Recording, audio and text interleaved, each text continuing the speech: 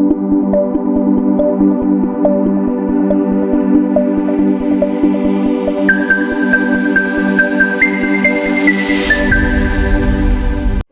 Students, आज हम topic नया शुरू करेंगे, that is general anaesthetic. General anaesthetic जानने से पहले हम ये जान लेते हैं कि प्री एनेस्थेटिक क्या होते हैं। जनरल एनेस्थेटिक्स का यूज़ उनके बाद आता है। तो ऐसे ड्रग जो एनेस्थीसिया देने से पहले यूज़ होंगे जिससे ऑपरेशन प्रोसेस स्मूथली हो सके, उनको हम प्री एनेस्थेटिक बोलते हैं। अब आते हैं वाई टू यूज़, कि हम इनका यूज़ क्यों करते हैं। जैसे कि जब कोई पर्सन ऑपरेशन थिएटर में जाता है तब उसके अंदर एक डर होता है कि आगे क्या होगा। जब कोई पर्सन एंजाइटी के केस में होता है तो उतना उसको वहाँ असर नहीं होगा जितना उसको एक नॉर्मल पर्सन में होगा। तो यहाँ पे अब हमें ये या तो एंजाइटी को कम करना होगा या तो जनरल एनेस्थेटिक्स से इफ़ेक्ट को बढ़ाना होगा। तो जनरल एनेस्थेटिक जितना कम डोज में दिया जा सके, सेफ़र डोज में दिया जा सके, उतना ही अच्छा है। तो जनरल एनेस्थेटिक्स की डोज के ज़्यादा ना ना बढ़ाकर डिपेंडिंग अपॉन नीड ऐसे ड्रग्स को साथ दे सकते हैं जो एज एंजाइटी ड्रग काम कर रहे होंगे। जब तक कि ऑपरेशन होता है उतनी देर के लिए पेशेंट को एमनेशिया हो जाए, means temporary loss of memory. जब तक वो प्रोसेस चल रहा है पेशेंट उसे ना याद रखे। एनाल्जेसिया पेन होने के बाद पेन के परसेप्शन को कम करता है। एनेस्थेटिक्स पेन होने से पहले ही दिए जाते हैं, बट जब एनाल्जेसिया को एनेस्थेटिक्स के साथ मिलाकर देते हैं या प्री एनेस्थेटिक्स देते हैं तो वो एनाल्जेसिक्स के साथ एनेस्थेटिक को सपोर्ट करने का काम भी करते हैं, यानी दोनों मिलकर पेन के परसेप्शन को कम कर सकते हैं। एनाल्जेसिक्स ड्रग एनेस्थेटिक्स की पोटेंसी को इम्प्रूव करते हैं, पोटेंशिएट करते हैं कि हमें कम अमाउंट में एनेस्थीसिया यूज़ करना पड़े। ओके, नेक्स्ट पॉइंट देखते हैं। जब एनेस्थेटिक्स यूज़ करते हैं तो उसके साथ कुछ सिक्रीशंस हो रहे हों, सलाइवेशन को, गैस्ट्रिक सिक्रीशन को, या वेगल टोन की वजह से वो सिक्रीशन स्टार्ट हो रहा हो, तो उसकी वजह से सिक्रीशन अगर माउथ से बाहर आता है या जीआईटी में एसिड सिक्रीशन ज़्यादा होता है जिससे एसिडिटी बढ़ जाएगी, वो फर्दर स्टिमुलेट करेगा रिफ्लेक्स को और वॉमिटिंग कॉज होगी। ऐसे कॉन्सिक्वेंसेस डेंजरस हो सकते हैं या हमारे रेस्पिरेटरी ट्रैक्ट में भी मूव कर सकते हैं। तो ऐसे ड्रग यूज़ करते हैं जो वेगल टोन को, सिक्रीशन को डिक्रीज़ कर सके। फिर बात करते हैं वॉमिटिंग की, कि वॉमिटिंग को रोकने के लिए एंटी एमेटिक यूज़ करेंगे, एमेसिस को रोकेंगे और प्री एनेस्थेटिक्स देंगे। ठीक है। फिर ऑपरेशन के टाइम एसिडिटी और गैस्ट्रिक एसिड सिक्रीशन कम करने के लिए ड्रग्स देंगे। इसमें एंटी सिक्रेटरी ड्रग्स यूज़ करते हैं, जैसे कि एग्जांपल्स में एंटी एंजाइटी है, एमनेशिया ड्रग्स हैं, एनाल्जेसिक्स हैं, एंटी एमेटिक ड्रग्स हैं और एंटी एसिडिटी ड्रग्स हैं। अब देखते हैं कि ड्रग हम कौन कौन सी यूज़ कर सकते हैं। पहला पॉइंट है सिडेटिव्स। सिडेटिव्स को एंटी एंजाइटी ड्रग्स भी बोलते हैं। ऐसे ड्रग जो एक्साइटमेंट को रिड्यूस करके सिडेशन कॉज करते हैं विदाउट कॉजिंग स्लीप। जो ड्रग आपके फियर को कम करते हैं उनको बोलते हैं हम एंटी एंजाइटी। इसमें एग्जांपल है डायज़ेपाम एंड लोराज़ेपाम। दूसरा पॉइंट है एंटी कोलिनर्जिक्स। कोलिनर्जिक सिस्टम के अगेंस्ट काम करने वाली ड्रग्स जिनको हम कहते हैं anti cholinergics. Salivary and bronchial secretion को रिड्यूस करने के लिए यूज़ करते हैं इन ड्रग्स का। इसमें एग्जांपल है एट्रोपिन। नेक्स्ट पॉइंट आता है ओपियोइड्स। ये पेन को ब्लॉक करता है, रिवर्सिबली डिक्रीज़ करता है एंजाइटी को। Pre and post operative conditions में भी ये काम करता है। एग्जांपल इसका है morphine and hyoscine. Fourth point is neuroleptics. ऐसे सब्सटेंस जो एंजाइटी को रिड्यूस करते हैं, एंटी एमेटिक इफ़ेक्ट को भी स्लो करते हैं। इसका एग्जांपल है chlorpromazine and haloperidol. Next point is H2 blockers, जिनको हम प्रोटॉन पंप इनहिबिटर्स भी बोलते हैं। ये एंटी सिक्रीटरी ड्रग्स के क्लासिफिकेशन के एंड और आते हैं, मतलब अंदर आते हैं, क्लासिफिकेशन के अंदर आते हैं। ऐसे ड्रग्स जो गैस्ट्रिक एसिड के सिक्रीशंस को कंट्रोल करते हैं। अगर एसिडिटी बनी रहती है ड्यू टू स्ट्रेस तो इनको दे सकते हैं हम पेशेंट को। इसका एग्जांपल है रेनिटिडीन, जिसको हम ऐसे पेशेंट्स को दे सकते हैं। Next and last point is anti emetics, ऐसे ड्रग्स जो वॉमिटिंग को रोकते हैं। इसका एग्जांपल दिया हुआ है मेटोक्लोप्रामाइड, डोमपेरिडोन, ऑन्डेंसेट्रोन। फिर आगे हम पढ़ते हैं कि जनरल एनेस्थेटिक्स क्या होते हैं। अब हमने प्री एनेस्थेटिक्स दे दिया और हमें अब आगे परफॉर्म करना है अपना ऑपरेशन, तो अब हम जनरल एनेस्थेटिक्स देंगे। यहाँ पे जनरल एनेस्थेटिक की जो डेफिनेशन दी हुई है कि this is reversible CNS depression, मतलब कि इस स्टेज में जो सीएनएस डिप्रेशन होता है वो रिवर्सिबल होता है। कॉजिंग लॉस ऑफ रिस्पॉन्स, जिसमें हम रिस्पॉन्स को लॉस कर देते हैं। And perception of stimuli, perception जो स्टिमुलाई में होता है वो बंद हो जाता है, जिससे कि हमें पेन नहीं होता है। Before going for surgery there is strong need to suppress the sensation of pain, किसी भी सर्जरी को परफॉर्म करने से पहले हमें ये ज़रूरी है कि हम पेन के सेंसेशन को रिड्यूस कर सकें, पेन के सेंसेशन को बंद कर सकें, जिससे कि जो हमारा थेरेपी हो रही है, जो हमारा ऑपरेशन परफॉर्म हो रहा है, वो बिना किसी रुकावट के परफॉर्म हो सके। Otherwise the patient will not cooperate during the operation. अगर हम ये नहीं देंगे, ये ड्रग्स नहीं यूज़ करेंगे, तो पेशेंट हमें ऑपरेशन नहीं करने देगा, बिकॉज उसको पेन फील होगा। तो ये है basic knowledge of general anaesthetics. फिर आगे हम देखते हैं कि उनकी स्टेजेस क्या होती हैं। तो इस डायग्राम में यहाँ पे देखिएगा कि 3 फेज़ दी हुई हैं, येलो, रेड और ग्रीन। 3 फेज़ को हमने 3 कलर से डिनोट किया है। पहला फेज़ जो है वो येलो से है, दूसरा आपका रेड से है और थर्ड आपका ग्रीन से है। तो पहला फेज़ जो है वो है इंडक्शन का। ये वो फेज़ है जिसमें हम किसी भी पेशेंट को एनेस्थीसिया देते हैं और धीरे धीरे वो इफ़ेक्ट मिलना स्टार्ट हो जाता है। दूसरा फेज़ है मेंटेनेंस का। ये वो फेज़ है जिससे सर्जरी की जा सकती है, उस पर ड्यूरेशन मेंटेन किया हुआ है कि कितनी देर तक हमें एनेस्थीसिया चाहिए। अगर हम चाहते हैं कि ये फेज़ मेंटेन रहे तो स्मॉल क्वांटिटी में अदर एनेस्थीसिया देकर मेंटेन कर सकते हैं। तीसरा फेज़ आता है रिकवरी का। ये वो फेज़ है जिसमें पेशेंट जिसमें कोई ड्रग स्टार्टिंग से लेकर एंड तक अपना इफ़ेक्ट जो है धीरे धीरे स्लो हो जाता है। जो भी हम ड्रग देते हैं स्टार्ट से लेके एंड तक धीरे धीरे वो जो एक्शन होता है वो स्लो होता रहता है। अब हम आते हैं उसकी मेडिसिन्स पे। तो ये कुछ मेडिसिन्स दी हुई हैं प्री एनेस्थेटिक्स और जनरल एनेस्थेटिक्स की। प्री एनेस्थेटिक्स में एंटासिड्स, एंटीकोलिनर्जिक्स, एंटी एमेटिक और बेंजोडाइज़ेपिन्स और ओपियोइड्स ड्रग्स आते हैं। जनरल एनेस्थेटिक्स को फर्दर हमने 2 क्लासेस में डिवाइड किया है, इन्हेलेशन एंड इंट्रावेनस। इन्हेलेशन में फर्दर सब क्लासिफिकेशन है, that is gas and volatile liquids. Gas में नाइट्रस ऑक्साइड ड्रग का नाम है और वोलाटाइल लिक्विड्स में ईथर, हेलोथेन, आइसोफ्लूरेन, डिसफ्लूरेन एंड बहुत सारी ऐसी ड्रग्स हैं जिनको हमने यहाँ पे इंक्लूड नहीं किया है।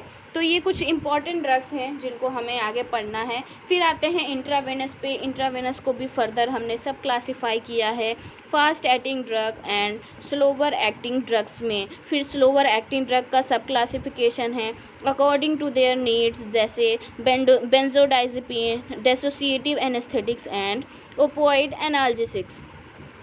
अब हम बेसिक इंट्रोडक्शन देखते हैं कि क्या इंट्रोडक्शन है हमारे जनरल एनेस्थेटिक्स का। जैसे कि हमने पहले पढ़ा, it is applicable for whole body. इसे हम पूरी बॉडी के यूज़ के लिए अप्लाई कर सकते हैं। ऐसे ड्रग्स जो हमारी बॉडी में कॉन्शियसनेस और सेंसेशन को रिवर्सिबली ब्लॉक कर देगा और जब इफ़ेक्ट ख़त्म हो जाएगा तो कॉन्शियसनेस पेशेंट की रिकवर हो जाएगी, वो वापस से होश में आ जाएगा। अब देखते हैं जनरल एनेस्थेटिक्स के बेनिफिट्स क्या हैं।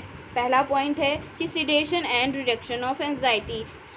ये रिवर्सिबल सेडेशन प्रोड्यूस करता है in CNS। Next point is sedation और एंजाइटी को रिड्यूस करता है। ऐसे ड्रग्स जो मेंटल पीस कॉज करते हैं without causing sleep are called sedative. Anxiety drugs aggression cause करने वाले थॉट्स को सप्रेस करता है और पेशेंट को कंफर्टेबल प्रोवाइड कराता है। नेक्स्ट पॉइंट इज़ कि कुछ टाइम के लिए मसल्स रिलैक्सेशन स्टॉप हो जाएगा। स्केलेटल मसल्स रिलैक्सेंट की तरह काम करता है। And suppression of undesirable reflexes, जैसे कि देखा है कि जब किसी पेशेंट को कोई प्रोसीजर परफॉर्म किया जा रहा है उसके साथ और उसके अगेंस्ट वो कोई रिफ्लेक्स जनरेट करे जिससे प्रोसीजर में रुकावट हो, तो ऐसे ड्रग्स देते हैं जो उन अनडिज़ायरेबल इफ़ेक्ट्स को सप्रेस कर देते हैं, जो किसी भी तरह का डिस्टर्बेंस कॉज ना करे during the process of major surgery. Next point is analgesia. Analgesia क्या है कि एनाल्जेसिया से ज़्यादा डोज देने से बच सकते हैं एनेस्थेटिक्स की, बिकॉज ये कंबाइन होके काम करते हैं और डिस्टर्बेंसेस को सप्रेस करते हैं। अब बात करते हैं कुछ पॉइंट्स की जिससे ये पता करेंगे कि कब ज़रूरत पड़ेगी इन एनेस्थेटिक्स की, मेजर ऑपरेशन की, कब ज़रूरत पड़ेगी माइनर ऑपरेशन की, और कब हम पेशेंट को एनेस्थेटिक्स दे सकते हैं। अगर कोई पेशेंट है तो उसकी एबनॉर्मेलिटीज़ या तो विजिबल होंगी या तो इनविजिबल होंगी। अगर ऐसी प्रॉब्लम है तो वो डायग्नोसिस के लिए जाएंगे, प्रॉब्लम को फाइंड आउट करेंगे। अब जब प्रॉब्लम फाइंड आउट हो जाएगी तो अगर उनको सर्जरी के लिए सजेस्ट किया जाता है तो ये डिपेंड करता है कि वो माइनर सर्जरी होगी या फिर मेजर सर्जरी होगी। अगर माइनर सर्जरी है जिसमें सिर्फ पर्टिकुलर पार्ट को एनेस्थेसाइज करने की ज़रूरत पड़ती है तो माइनर सर्जरी परफॉर्म की जाएगी और लोकल एनेस्थेटिक्स देंगे। लेकिन दूसरी कंडीशन ये है कि अगर वो मेजर सर्जरी है जहाँ पूरी बॉडी से कॉन्शियसनेस को स्किप करना होगा तो उस पेशेंट को टाइमली एडमिट करना पड़ेगा ताकि उसके ऑपरेशन से पहले के जो प्रिकॉशंस हैं वो फॉलो हो सकें, और फिर प्री एनेस्थेटिक्स ड्रग्स देंगे एनेस्थेटिक ड्रग के एक्शन को सपोर्ट करने के लिए। इसके बाद जनरल एनेस्थेटिक ड्रग देंगे, या तो IV रूट से देंगे या तो इन्हेलेशन देंगे। ठीक है, फिर अब हम देखते हैं पेशेंट फैक्टर जिनके बेसिस पे प्री एनेस्थेटिक ड्रग का सिलेक्शन करके पेशेंट को दिया जाता है। तो पहला पॉइंट है कार्डियोवैस्कुलर सिस्टम। पेशेंट के हार्ट का फंक्शन कैसे चल रहा है, because general anaesthetic cardiovascular function को सप्रेस कर देते हैं और एरिथमिया कॉज करने की पॉसिबिलिटीज़ भी होती हैं। Next point is respiratory system. इसमें क्या होता है, अगर इन्हेलेशन के थ्रू जनरल एनेस्थेटिक्स देते हैं तो वो रेस्पिरेशन को सप्रेस कर सकता है और ऑक्सीजन की ज़रूरत पड़ सकती है। Third point is kidney and liver. Excretion और मेटाबॉलिज्म के लिए दोनों इम्पॉर्टेंट हैं। For the clearance of drug from the body, drug का एक्यूमुलेशन हो सकता है और किडनी के थ्रू प्रॉपर फिल्ट्रेशन ना होने की वजह से एक्यूमुलेट हो सकती है ड्रग और अदर ऑर्गन को एबनॉर्मल कर सकती है और टॉक्सिसिटी की वजह भी बन सकती है, टॉक्सिसिटी भी बॉडी में कॉज हो सकती है। इसलिए ये सारे फैक्टर्स को देखना और उनको मेंटेन करने के बाद ही ऑपरेशन परफॉर्म करना ज़रूरी है। Next point is nervous system. ऐसा पेशेंट जो नर्वस सिस्टम में प्रॉब्लम फेस कर रहा है लाइक न्यूरो डिजनरेटिव डिसऑर्डर्स की, तो सिलेक्शन इम्पॉर्टेंट है। तो जनरल एनेस्थेटिक्स उस प्रॉब्लम को ट्रिगर कर सकते हैं, उस प्रॉब्लम को बढ़ा सकते हैं। Last and most important point is pregnancy. ये हर ड्रग के लिए क्रिटिकल केस है। तो फीटस में एबनॉर्मेलिटी कॉज कर सकता है अगर हम बिना किसी इंफॉर्मेशन के अगर उस पेशेंट को जनरल एनेस्थेटिक्स देते हैं जो कि प्रेग्नेंट है, तो उसके फीटस में प्रॉब्लम हो सकती है, उसकी फीटस में एबनॉर्मेलिटी कॉज हो सकती है। ठीक है, अब आता है यूजेस ऑफ अदर ड्रग्स। ये अदर ड्रग्स भी अगर हम कुछ यूज़ कर रहे हैं और विदाउट एनी इन्फॉर्मेशन हम ड्रग्स देते हैं, जनरल एनेस्थेटिक्स देते हैं पेशेंट को, तो उसमें भी प्रॉब्लम फील हो सकती है। अब आते हैं stages and depth of analgesia. इसमें फर्स्ट पॉइंट देखते हैं इंडक्शन। जैसा कि मैंने पहले भी बताया था, अगर हम किसी पेशेंट की कॉन्शियसनेस को ड्रग देकर धीरे धीरे अनकॉन्शियसनेस में कन्वर्ट कर रहे हैं और उनकी कॉन्शियसनेस ऑल्टर हो रही है, then this is induction phase. Second point is maintenance of anaesthesia. ऐसा फेज जहां आपको सर्जरी परफॉर्म करनी है और उस चीज़ को मेंटेन करना पड़ेगा कि कितना टाइम चाहिए सर्जरी करने के लिए। इसके लिए जो एनेस्थीसिया देकर रखते हैं ताकि ऑपरेशन सक्सेसफुली बिना किसी प्रॉब्लम के परफॉर्म हो सके। Next and last point is recovery. ये इंडक्शन के अपोजिट होता है। ऑपरेशन के बाद पेशेंट को कॉन्शियसनेस फेज में लाना होता है और कुछ ड्रग डिफरेंट स्टेप्स के थ्रू मेटाबोलाइज होते हैं और कुछ ड्रग्स मेटाबोलाइज होने के बाद भी बॉडी से बाहर नहीं निकल सकते, तो उसे एक्सक्रीट आउट करने के लिए रिकवरी एजेंट को यूज़ करते हैं। अब आते हैं डेप्थ ऑफ एनाल्जेसिया पे। ये 4 स्टेप्स में है, 4 टाइप में डिवाइड किया गया है। पहला स्टेज 1 दैट इज़ एनाल्जेसिया, जहाँ पे पेन का परसेप्शन गायब होने लगता है। Second one is stage 2 that is excitement. Patient आधा होश में और आधा बेहोशी में होता है, तो वो कॉम्पैक्ट बिहेवियर शो करता है, एक्साइटमेंट उसका बढ़ जाता है। Third point is stage 3 that is surgical anaesthesia. इसमें पूरी तरह कॉन्शियसनेस लॉस हो जाता है उस पेशेंट का। Fourth is stage 4 and that is called medullary paralysis. अगर ड्रग को बॉडी से रिमूव नहीं कर सकते हैं तो ये साइड इफ़ेक्ट में रेस्पिरेटरी पैरालिसिस कॉज कर सकता है और डेथ भी हो सकती है। ये तब होगा जब ड्रग का डोज ज़्यादा हो और रिकवरी ना हो पाई हो। अब हम आते हैं classification and mechanism of action.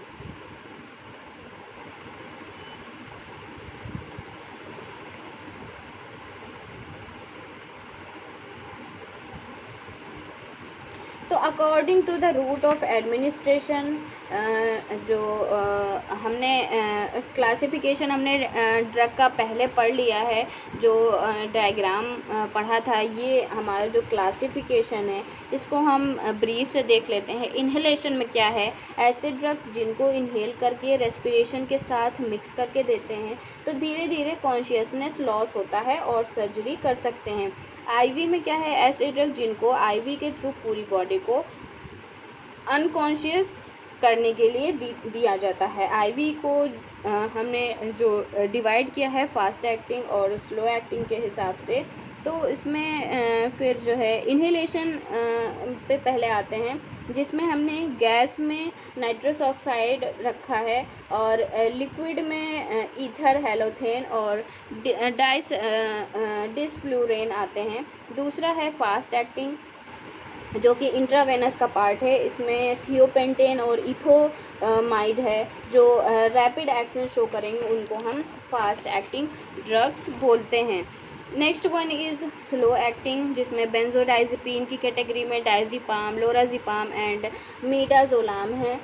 Opioid analgesics में फेंटानिल है। डिसोसिएटिव एनास्थेटिक्स में कीटामिन है।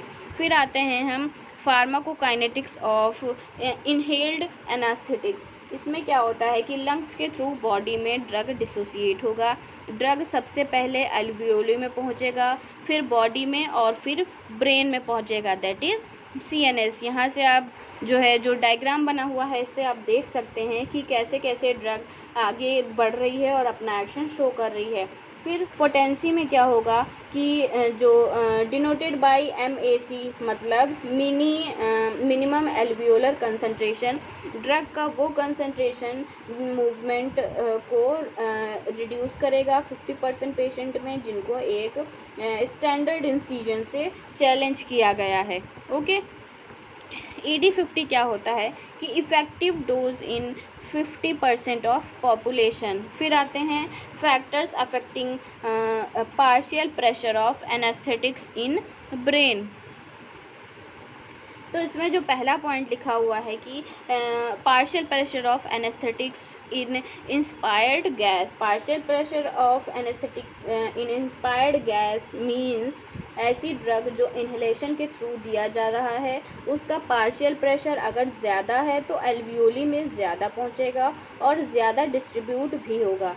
तो अगर हमें जल्दी एक्शन चाहिए कॉन्शियसनेस लॉस होने का, तो ड्रग को बढ़ा के मास्क के थ्रू ट्रांसफ़र करेंगे कि पेन का परसेप्शन दूर हो सके। दूसरा पॉइंट इज़ पल्मोनरी वेंटिलेशन। इसमें होता है कि अगर एनेस्थेटिक ड्रग का रेस्पिरेशन रेट ज़्यादा होगा तो अवेलेबिलिटी भी ज़्यादा होगी, ज़्यादा अच्छे से काम करेगा। अगर रेस्पिरेटरी प्रॉब्लम है तो ये कम पहुँचेगा।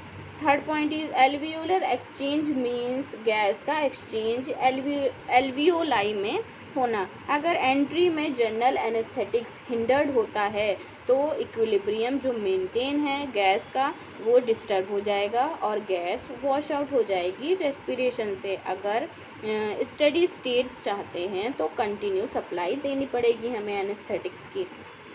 Next point is solubility in blood. इसमें एनेस्थेटिक ब्लड और गैस में कितना जाता है इनका रेशियो शो करता है कि स्टेबिलिटी कितनी होगी। इसको हम एक फॉर्मूले से निकालते हैं, that is partition coefficient is equal to concentration of anaesthetics in blood phase divided by concentration of anaesthetics in gas phase. Next point is cardiac output. It means वो वॉल्यूम ऑफ ब्लड जो heart के through at the last of cardiac cycle move होता है throughout the body with left ventricle. यहीं से blood throughout body supply होता है। अगर कार्डियक आउटपुट ज़्यादा है मीन्स ब्लड ज़्यादा है, वॉश आउट ज़्यादा होगा, एनेस्थेटिक का इफ़ेक्ट कम मिलेगा। अगर जो है फ्लो ज़्यादा हो रहा है तो ड्रग उतनी ही जल्दी आपकी बॉडी से वॉश आउट हो जाएगी और अपना असर नहीं दिखा पाएगी। Next and last point is effect of tissues on anaesthetic Uptake. तो सबसे ज़्यादा जो हाई इफ़ेक्ट होते हैं एनेस्थेटिक्स के वो आपके ब्रेन, हार्ट और लीवर में होगा, और सबसे कम जो एनेस्थेटिक का इफ़ेक्ट होता है वो आपका skeletal muscle, fat and bones पे इफ़ेक्ट होगा। तो हमारा आज का टॉपिक ख़त्म होता है और आपको कोई भी प्रॉब्लम हो तो आप पूछ सकते हैं। Thank you.